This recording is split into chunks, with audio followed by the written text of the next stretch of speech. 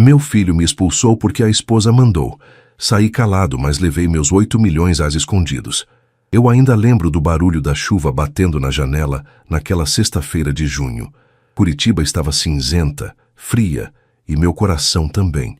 Eu estava sentado na poltrona velha do meu apartamento alugado quando ouvi a batida na porta. Era Rafael, meu único filho. O menino que eu criei sozinho depois que Helena partiu. O menino que eu amava mais que a minha própria vida. Mas quando ele entrou eu já sabia. Pelo jeito que desviava o olhar, pelo jeito que respirava fundo antes de falar. Meu filho não tinha vindo me visitar, ele tinha vindo me expulsar. Pai, a Júlia não quer mais que o senhor venha aqui. É melhor o senhor se afastar, a gente precisa de espaço. Aquelas palavras cortaram mais fundo do que qualquer lâmina. Eu fiquei em silêncio, sentindo o peso de 59 anos de vida honesta, de trabalho duro, de amor dedicado, sendo jogado fora como um móvel velho. E os meus netos? Foi tudo que consegui perguntar. Rafael abaixou a cabeça. Eles vão entender quando crescerem.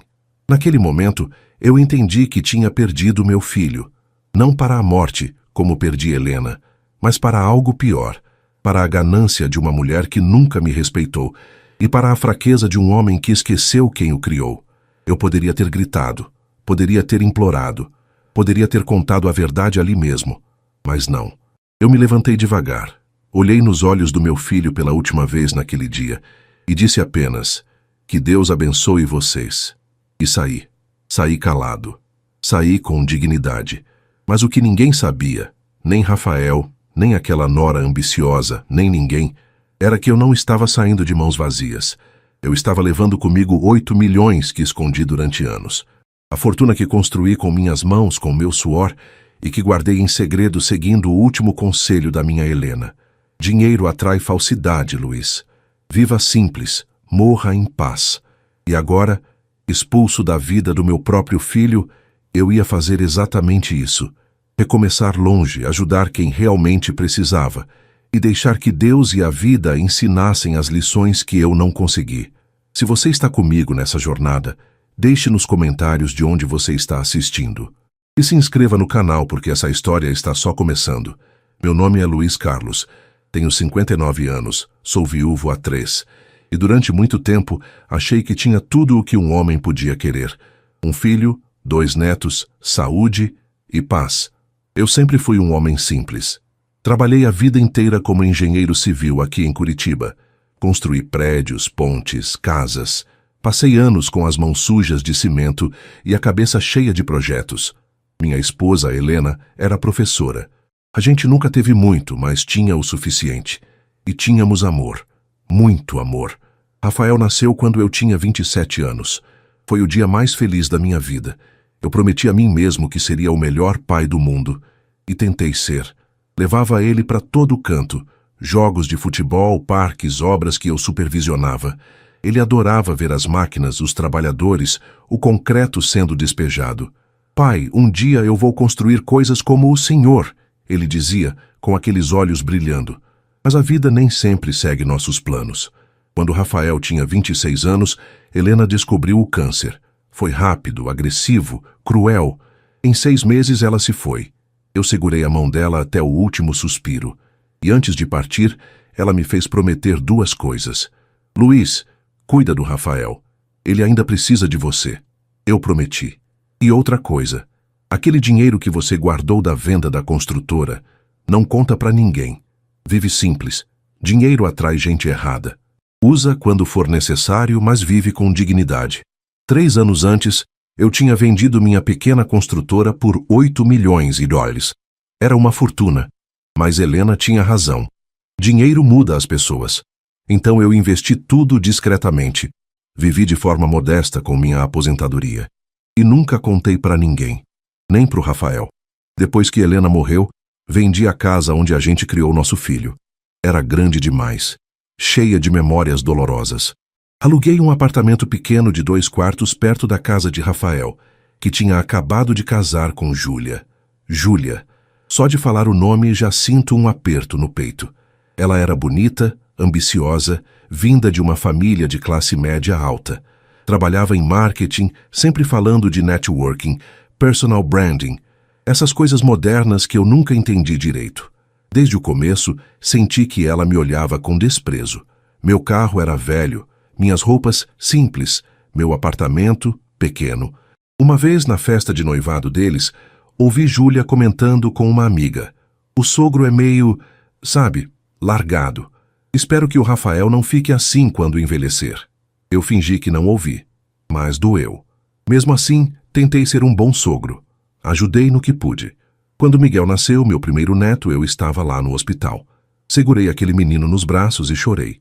2 anos depois, veio Laura, minha netinha. Eu era o avô coruja. Buscava eles na escola quando Rafael e Júlia tinham compromissos. Levava no parque, contava histórias. Eles me chamavam de vovô Luiz e corriam para me abraçar sempre que eu aparecia. Mas aos poucos, percebi que Rafael estava mudando. As visitas ficaram mais raras, as ligações mais curtas. Quando eu ia até a casa deles, Júlia sempre tinha uma desculpa. Hoje não é um bom dia, Luiz, as crianças estão cansadas. Ou, a gente vai sair, desculpa. Rafael nunca me defendia, só abaixava a cabeça. Eu tentei conversar com ele algumas vezes. Filho, tá tudo bem? Você anda distante. Tá tudo ótimo, pai, é só trabalho, estresse. O senhor sabe como é. Mas eu sabia que não era só isso. Eu sentia que estava perdendo meu filho e não sabia como impedir. Até que chegou aquela sexta-feira de junho, o dia em que tudo desmoronou. Era uma tarde fria e chuvosa. Curitiba no inverno é assim. O céu fica pesado, a garoa fina molha tudo devagar e o frio entra pelos ossos. Eu estava no meu apartamento, sentado na poltrona ao lado da janela, tomando um café e lendo o jornal. Tinha acabado de voltar da missa das 5 da tarde. Padre Antônio tinha falado sobre perdão, sobre não guardar rancor. Eu sempre levava aquelas palavras a sério. Quando ouvi a batida na porta, meu coração deu um pulo de esperança. Será que é o Rafael? Será que ele veio me visitar? Abri a porta e lá estava ele, alto, os olhos da mãe, mas com uma expressão que eu não reconhecia, cansada, envergonhada. Oi, pai. Rafael, que surpresa boa, filho. Entra, entra. Quer um café? Tá um frio danado hoje. Ele entrou devagar, as mãos nos bolsos, olhando para o chão. Não, pai. Eu não vou ficar muito tempo. Algo no tom dele me alertou. Sentei na poltrona e fiz um sinal para ele sentar também. Mas ele ficou de pé. Pai, eu preciso falar uma coisa. Silêncio.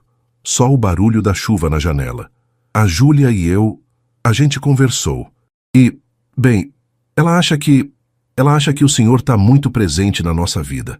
Eu pisquei tentando entender. Presente? Rafael, eu mal vejo vocês. Eu só passo lá quando você me chama, ou quando vou buscar as crianças quando vocês pedem. Eu sei, pai, eu sei. Mas a Júlia, ela tá estressada com o trabalho, com as crianças, com tudo. E ela acha que seria melhor se o senhor desse um tempo, um espaço. Meu coração começou a acelerar. Espaço? Que tipo de espaço, Rafael? Ele respirou fundo, ainda sem me olhar nos olhos. A Júlia não quer mais que o senhor vá lá em casa. Ela acha que a presença do senhor deixa ela desconfortável, que o senhor é de outra geração, sabe? E que isso atrapalha a educação das crianças. Cada palavra era uma facada. Atrapalha a educação das crianças, repeti incrédulo. Rafael, eu sou o avô deles. Eu amo aquelas crianças. O que eu fiz de errado? O senhor não fez nada de errado, pai. Ele disse, finalmente me encarando com os olhos vermelhos. Mas a Júlia, ela deu um ultimato. Ou o senhor se afasta, ou ela sai de casa. E eu não posso perder minha família. Naquele momento, senti como se o chão tivesse sumido debaixo dos meus pés. E eu? Perguntei, a voz saindo fraca. Eu não sou sua família? Rafael desviou o olhar de novo. O senhor sempre vai ser meu pai. Mas eu tenho uma esposa, filhos. Eu preciso escolher eles. Você não precisa escolher, Rafael. Você só precisa ter coragem de colocar sua esposa no lugar dela. Eu sou seu pai. Eu te criei. Eu sei, pai. Ele interrompeu, a voz alta, desesperada. Eu sei de tudo que o senhor fez. Mas eu não aguento mais brigas em casa, eu não aguento mais a Júlia chorando, ameaçando ir embora. Eu só quero paz. Paz. Ele queria paz. E para ter paz, estava me expulsando da vida dele. Fiquei em silêncio. Olhei para o meu filho, aquele homem de 32 anos que eu vi nascer, que eu ensinei a andar, a ler, a ser honesto, e não reconheci mais nada nele. E os meus netos? Perguntei, a voz embargada. Eles vão entender quando crescerem. Aquilo foi o fim. Não tinha mais o que dizer. Eu me levantei devagar, senti as pernas pesadas, o corpo cansado. Fui até a porta, abri e olhei para ele uma última vez. Que Deus abençoe vocês, Rafael. Ele ficou parado ali, no meio da sala, como uma estátua. Eu saí, fechei a porta atrás de mim e desci as escadas do prédio. A chuva ainda caía. Eu parei na calçada, olhei para o céu cinzento e deixei as lágrimas caírem misturadas com a garoa fina de Curitiba. Mas ali, naquele momento de dor, tomei uma decisão. Eu ia sair, ia me afastar, mas não como um derrotado. Ia sair com dignidade. Ia levar comigo tudo o que era meu. Minha fé, minha honra e aqueles 8 milhões de reais que ninguém sabia que eu tinha. E um dia eles iam saber a verdade. Mas quando isso acontecesse, eu estaria longe, reconstruído, em paz. Voltei para o meu apartamento naquela noite e sentei na mesma poltrona onde tudo tinha desmoronado horas antes. A xícara de café ainda estava ali, fria, esquecida. O jornal aberto na página que eu não terminei de ler. Mas tudo parecia diferente agora. Como se eu estivesse vendo aquele lugar pela primeira vez. Ou pela última. Eu não consegui dormir naquela noite. Fiquei acordado, olhando para o teto, ouvindo o barulho da chuva que não parava. Pensava em Helena. O que você faria no meu lugar? Perguntei em voz alta para o vazio. Mas eu já sabia a resposta. Ela me diria para ter dignidade, para não implorar, para não me rebaixar. Dinheiro atrai falsidade, Luiz. Vive simples, morre em paz. No sábado de manhã, liguei para Marta, irmã da Helena. Ela morava em Florianópolis, viúva há 5 anos, sozinha numa casa grande de frente para o mar. Luiz, que surpresa, como você tá? Oi, Marta, eu tô precisando de um tempo longe daqui. Você se importa se eu passar uns dias aí com você? Houve uma pausa do outro lado da linha. Aconteceu alguma coisa? Depois eu te conto. Posso ir? Claro que pode. Essa casa é sua também. Quando você vem? Segunda-feira. Vou arrumar umas coisas aqui e vou. Vou te esperar, cunhado. E pode ficar o tempo que quiser. Desliguei o telefone e senti um alívio pequeno, mas importante. Pelo menos eu tinha para onde ir. Pelo menos alguém ainda me queria por perto. Passei o fim de semana inteiro arrumando minhas coisas. Não tinha muito. Roupas, alguns livros, fotos da Helena e do Rafael quando era criança. Guardei tudo em 2 malas velhas. No domingo fui até a igreja. Padre Antônio estava no confessionário. Entrei, ajoelhei e desabafei tudo. A expulsão, a dor, a raiva que eu tentava não sentir, mas que estava ali, queimando por dentro. Meu filho, eu sei que dói, disse o padre com aquela voz calma dele. Mas lembre-se, a vingança não traz paz. Só Deus pode fazer justiça. Eu não quero vingança, padre. Eu só quero distância. Eu só quero recomeçar. Então vá, mas vá em paz e reze por eles, porque um dia essa tempestade vai passar. E quando passar, você precisa estar de coração limpo para perdoar. Eu não tinha certeza se conseguiria perdoar, mas prometi que ia tentar. Na segunda de manhã, peguei minhas 2 malas, tranquei o apartamento e deixei as chaves com o porteiro. Seu Luiz, o senhor vai viajar? Vou, Genésio. Vou passar um tempo fora. E o Rafael, ele sabe? Olhei para o porteiro, um senhor de cabelos brancos que sempre foi gentil comigo. Não precisa avisar ele. Se ele perguntar, diz que eu tive que resolver uns assuntos. Só isso. Genésio assentiu, respeitoso. Peguei um Uber até a rodoviária. A viagem até Florianópolis era longa, umas 6 horas de ônibus. Sentei na janela, coloquei os fones de ouvido e assisti Curitiba desaparecer pelo retrovisor. Durante a viagem, pensei em ligar para o Rafael, avisar que eu estava indo embora. Mas para quê? Ele tinha me expulsado. Tinha escolhido a mulher dele, a paz dele, o conforto dele. Eu não ia implorar a atenção de ninguém. Então desliguei o celular e deixei a estrada me levar. Cheguei em Florianópolis no fim da tarde. Marta me esperava no terminal, de braços abertos. Luiz, ela me abraçou forte. E foi só naquele abraço que eu percebi o quanto tinha segurado tudo dentro de mim. Vem, cunhado, vamos para casa. Você deve estar cansado. A casa dela ficava no bairro de Jurerê, perto da praia. Era bonita, arejada, com uma varanda que dava para o mar. Assim que entrei, senti o cheiro de bolo recém-saído do forno. Fiz bolo de fubá. Lembra que você adorava? Eu sorri pela primeira vez em dias. Obrigado, Marta. Naquela noite sentamos na varanda com café e bolo. O som das ondas era tranquilizador. E finalmente contei tudo para ela. Rafael, Júlia, a expulsão, a dor. Marta ouviu em silêncio, segurando minha mão. Você fez a coisa certa, Luiz.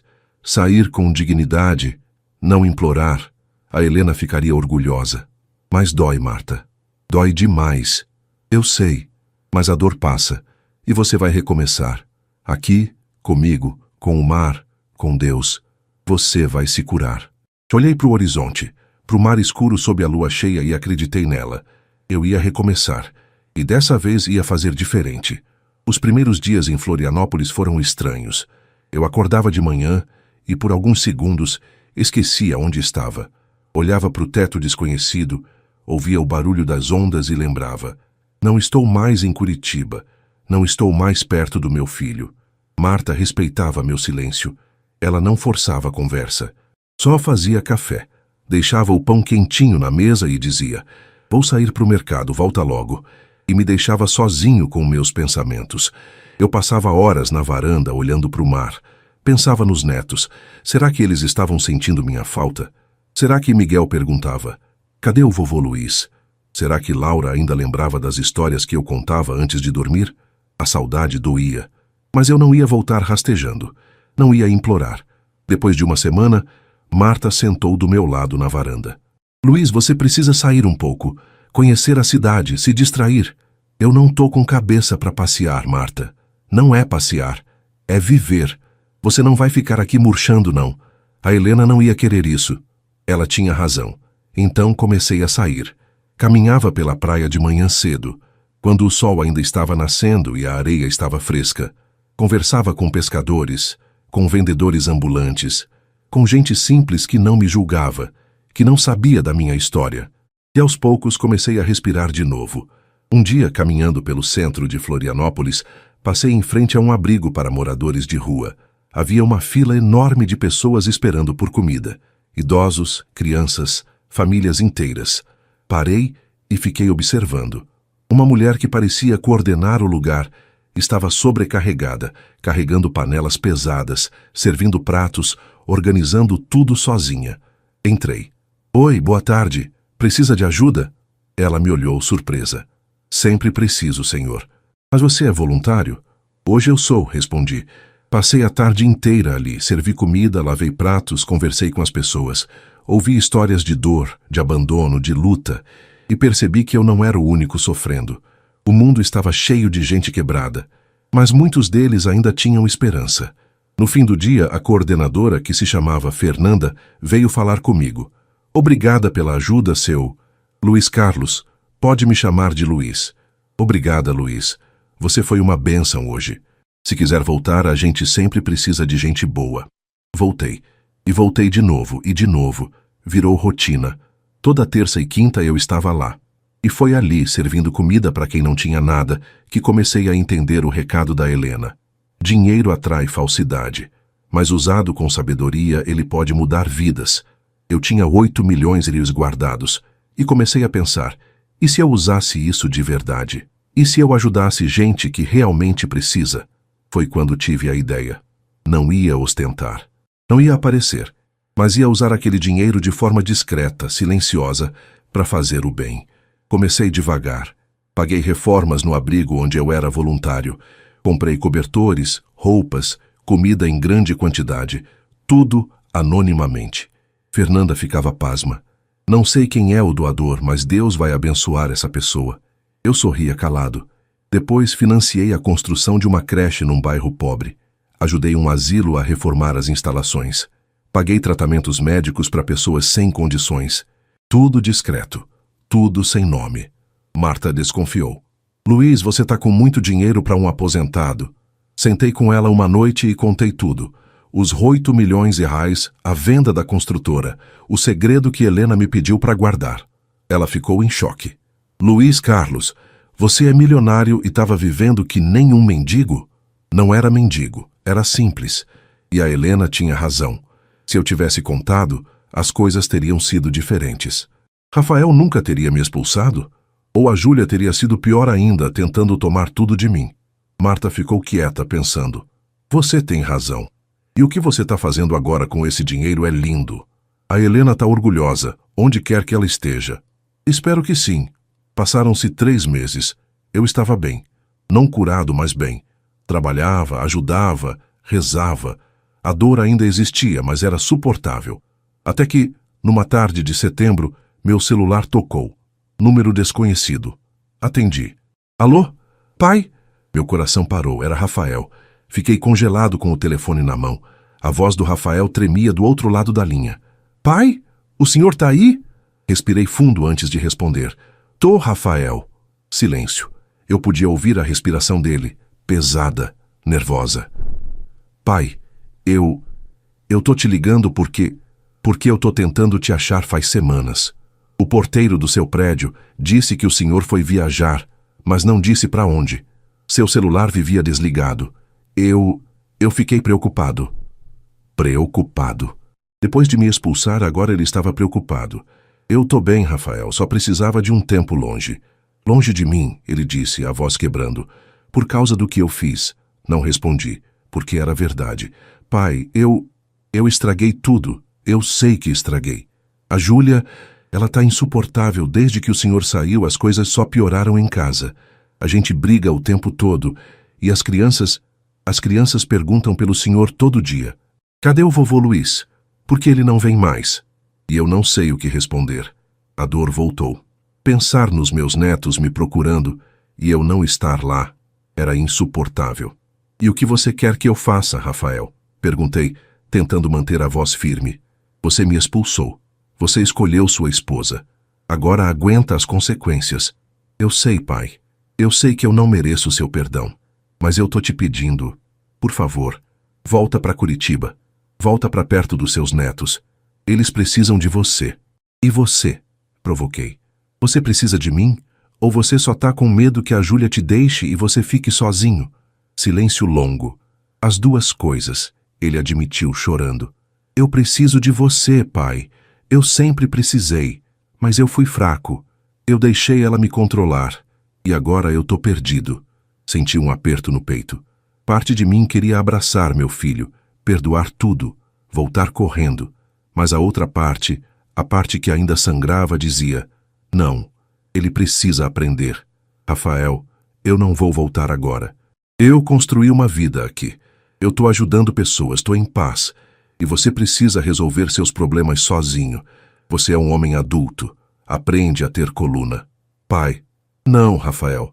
Escuta, eu te amo. Sempre vou te amar. Mas eu não vou voltar correndo só porque você tá arrependido agora. Você me machucou. E machucado demora a curar. Ele soluçou do outro lado. Eu entendo.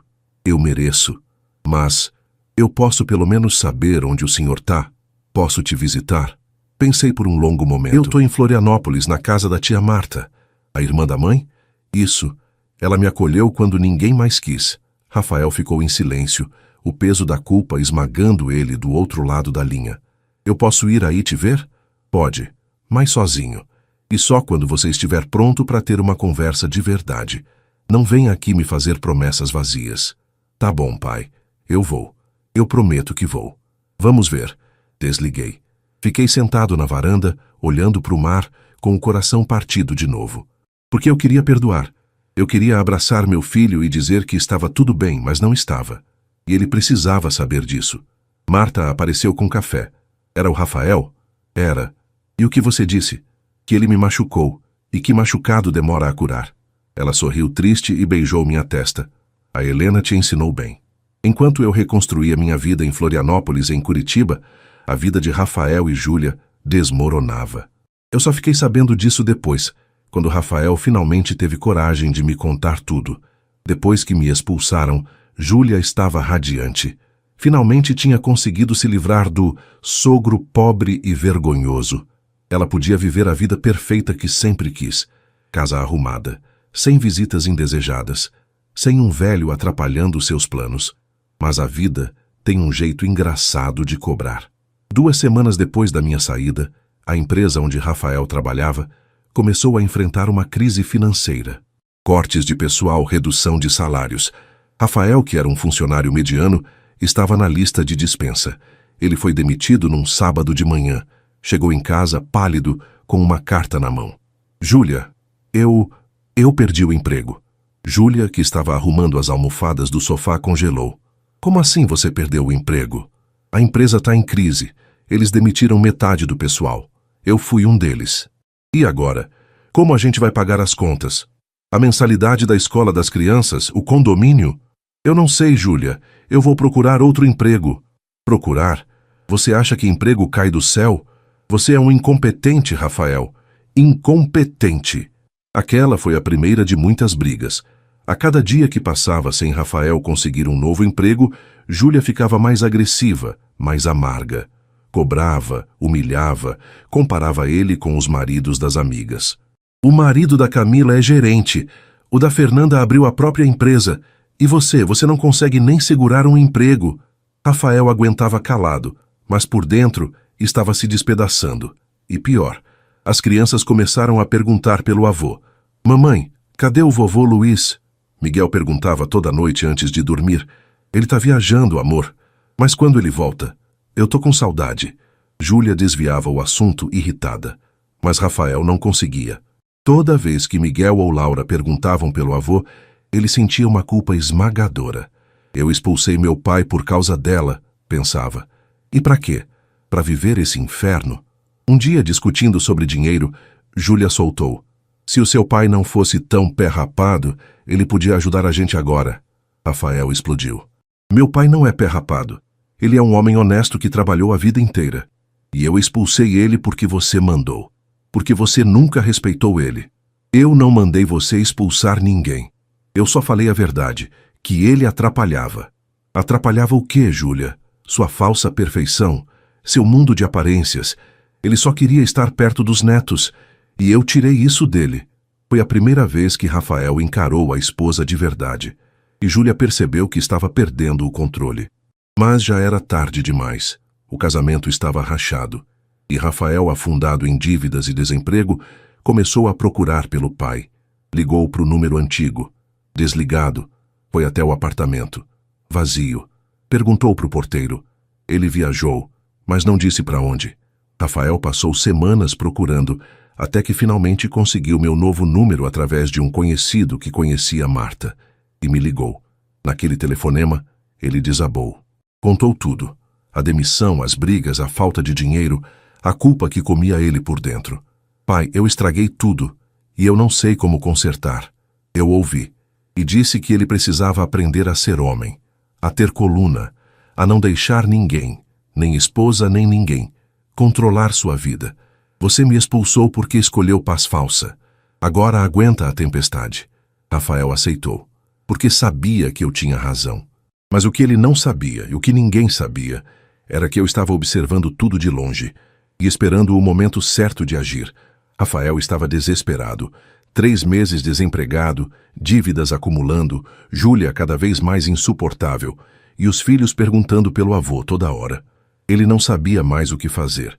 Decidiu vender algumas coisas de casa para pagar as contas. Móveis, eletrônicos, o que conseguisse. Foi revirar o sótão, onde guardava caixas antigas, quando encontrou uma caixa de papelão empoeirada com o nome escrito à mão. Luiz Carlos, documentos antigos. Rafael abriu.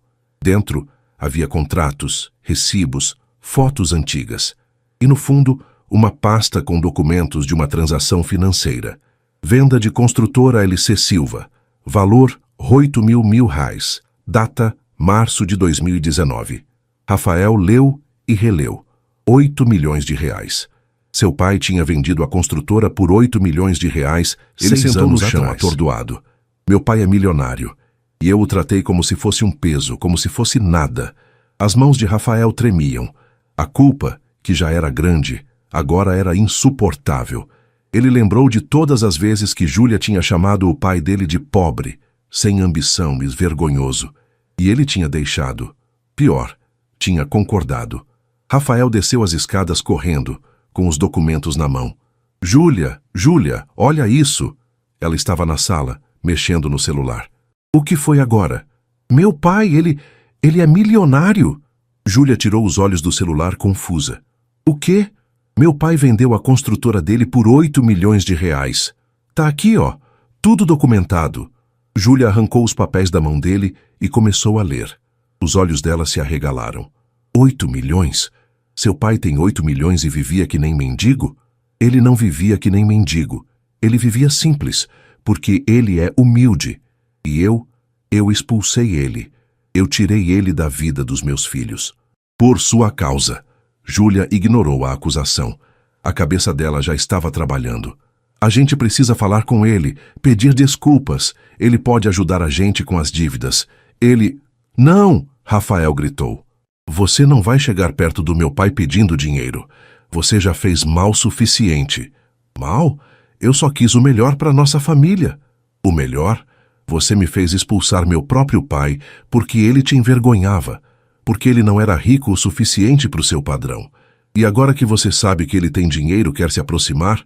Júlia ficou vermelha de raiva. Você é um idiota, Rafael. Um idiota fraco que não consegue nem sustentar a própria família. E você é uma interesseira. Uma mulher vazia que só liga para aparência e dinheiro. Foi a primeira vez que Rafael enfrentou Júlia de verdade. E ela percebeu que estava perdendo o controle. Então você escolhe, ela gritou. Ou você vai atrás do seu pai e pede ajuda, ou eu saio dessa casa e levo as crianças comigo. Rafael a olhou nos olhos firme. Eu vou atrás do meu pai, mas não para pedir dinheiro, para pedir perdão, e se você quiser ir embora, a porta está aberta. Júlia ficou em choque. Nunca tinha visto Rafael daquele jeito. Você vai se arrepender disso, ela disse, pegando a bolsa e saindo de casa batendo a porta. Rafael ficou sozinho na sala. Miguel e Laura desceram as escadas, assustados. Papai, por que a mamãe está gritando? Ele abraçou os dois filhos e disse com a voz embargada, porque às vezes a gente precisa aprender a escolher as coisas certas. E eu demorei, mas agora aprendi. Naquela mesma noite, Rafael comprou uma passagem de ônibus para Florianópolis. Ele ia me ver, ia pedir perdão.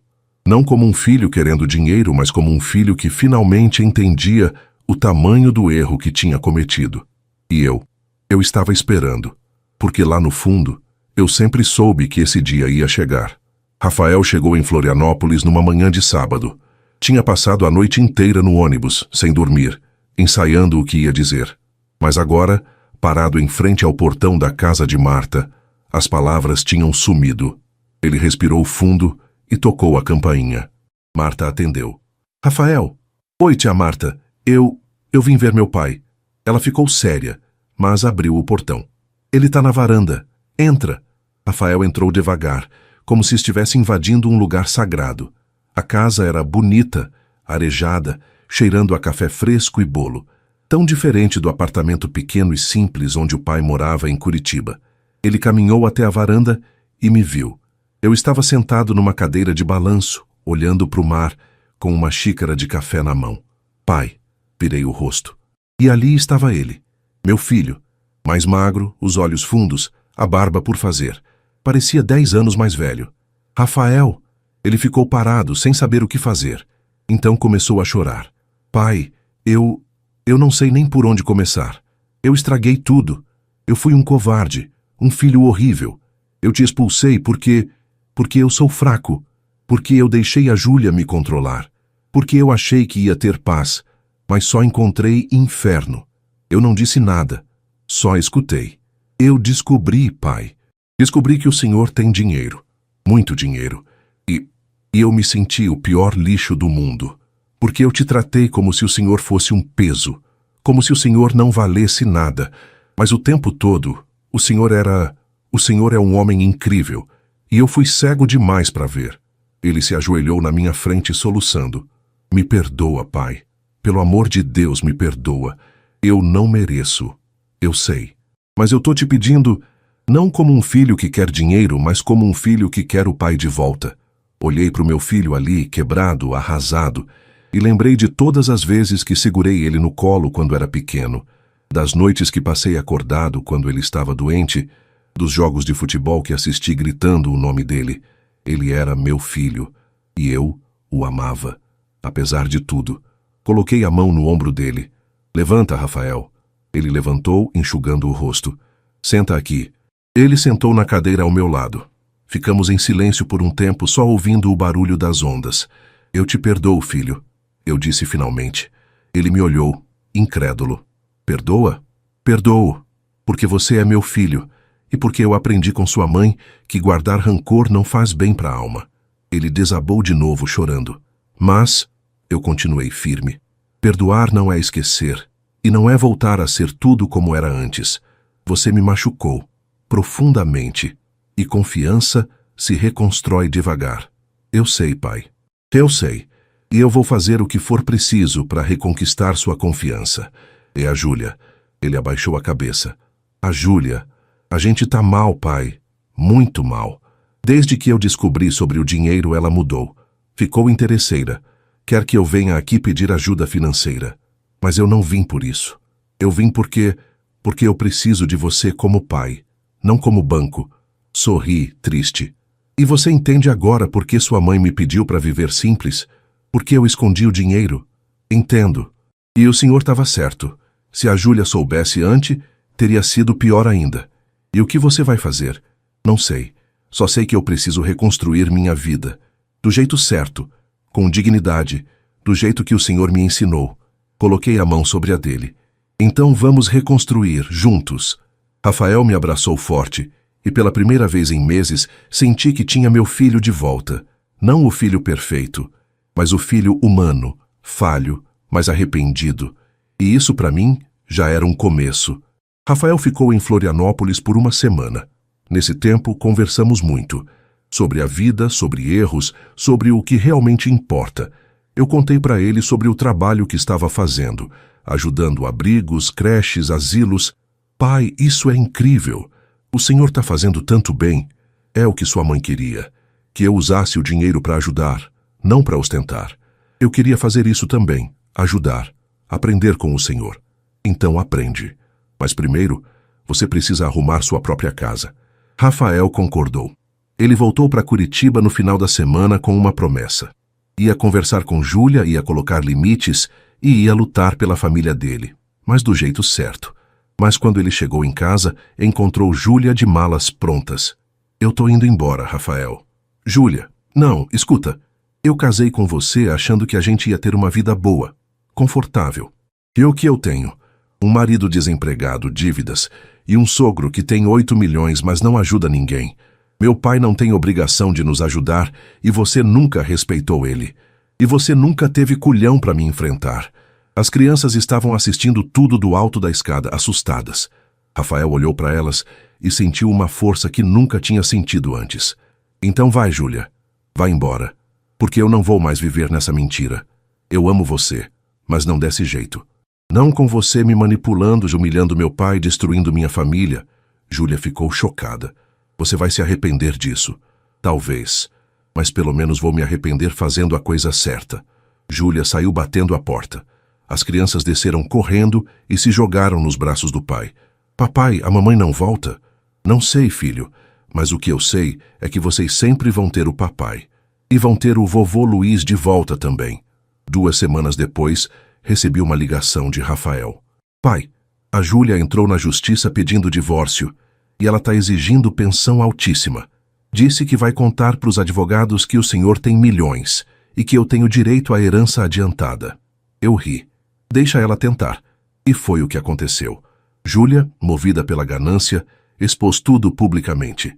Contou para as amigas, para os parentes, para os vizinhos. O sogro é milionário, vivia de farsa e agora não quer ajudar a gente. Mas o tiro saiu pela culatra. As pessoas começaram a questionar. Ué, mas se ele é milionário e vocês expulsaram ele, quem está errado nessa história? Amigos de Rafael que sabiam da história começaram a se afastar de Júlia. Ela expulsou o sogro porque achava ele pobre. Agora quer o dinheiro dele. Que tipo de pessoa faz isso? A reputação de Júlia desmoronou. E pior, o juiz do divórcio, ao analisar o caso, deu razão a Rafael. O réu demonstrou ter agido de forma manipuladora e interesseira. Não há direito à herança adiantada de sogro. Caso indeferido. Júlia perdeu tudo e Rafael finalmente estava livre. 3 meses depois do reencontro, Rafael veio morar em Florianópolis comigo e com Marta, trazendo Miguel e Laura. Eu abracei meus netos com lágrimas nos olhos. Vovô, a gente sentiu tanta saudade. Eu também, meus amores, mas agora o vovô não vai mais sumir. Rafael começou a trabalhar comigo nos projetos sociais. Aprendi a ser humilde de verdade, a valorizar o que importa. E juntos reconstruímos tudo. Do jeito certo, com dignidade. 1 ano se passou desde que saí de Curitiba com o coração partido. Agora, sentado na mesma varanda onde tudo começou a se reconstruir, olho para o mar e sinto uma paz que não sentia há muito tempo. Rafael está ao meu lado tomando café. Miguel e Laura correm na areia rindo. Marta canta na cozinha enquanto prepara o almoço de domingo. Pai, eu nunca vou conseguir agradecer o suficiente pelo que o Senhor fez. Olho para o meu filho. Você não precisa agradecer, Rafael. Você só precisa continuar sendo o homem que você se tornou. Ele sorri, os olhos marejados. Eu aprendi, pai. Aprendi que dinheiro não é o que faz a gente. É caráter, é dignidade, é amor. Sua mãe tentou me ensinar isso a vida toda, e eu sempre soube. Mas você precisava aprender do jeito difícil. E aprendi. Miguel corre até nós. Vovô, vem brincar na areia. Já vou, meu anjo. Ele sai correndo de volta para Laura. Rafael respira fundo. E a Júlia? Ela tá morando com os pais dela. Tentou se reaproximar depois que viu que você estava bem, mas eu não aceitei. Não por rancor, mas porque eu preciso proteger meus filhos. E ela ainda não mudou. Você fez a coisa certa. Aprendi com o Senhor. Ficamos em silêncio, ouvindo o barulho das ondas. Pai, posso te perguntar uma coisa? Claro. O Senhor não tem raiva de mim, mesmo depois de tudo? Coloco a mão no ombro dele. Rafael, raiva eu tive. Dor também. Mas guardar isso não ia me fazer bem. E sua mãe me ensinou que perdão é libertação. Eu te perdoei porque te amo. E porque a gente não pode deixar que os erros do passado destruam o futuro. Ele abraça meu braço emocionado. Obrigado, pai. Por tudo. Mais tarde, sentado sozinho na varanda depois que todos dormiram, olho para o céu estrelado e falo baixinho. Helena, eu fiz o que você me pediu. Vivi simples. Usei o dinheiro para fazer o bem. E perdoei nosso filho. Espero que você esteja orgulhosa. Uma brisa suave passa. E eu sinto no fundo do coração que ela está. Eu perdi muito nesse último ano. Perdi a ilusão de que família era perfeita. Perdi a ingenuidade de achar que amor incondicional era sempre correspondido. Perdi a casa, a rotina, a proximidade. Mas ganhei algo muito maior. Dignidade, paz, propósito. Ganhei meu filho de volta. Não o filho perfeito, mas o filho real, humano, que aprendeu e cresceu. Ganhei meus netos de volta. E agora posso ver eles crescerem todos os dias. Ganhei um novo lar, uma nova missão. E a certeza de que vivi do jeito certo. Os 8 milhões continuam guardados, mas agora são usados para construir lares, alimentar famintos, educar crianças, cuidar de idosos. São usados para fazer o que o dinheiro deveria sempre fazer, servir ao amor, não à vaidade. E quando meu tempo nessa terra acabar, vou partir em paz, porque vou saber que deixei algo mais valioso que ouro, uma lição de dignidade, perdão e amor verdadeiro. E essa, nenhum dinheiro do mundo pode comprar. Família verdadeira se constrói com respeito, não com sangue. Dinheiro vai e vem, mas dignidade é para sempre. Se essa história tocou seu coração, deixe um amém nos comentários e compartilhe com quem precisa ouvir essa mensagem. Deus abençoe você e sua família.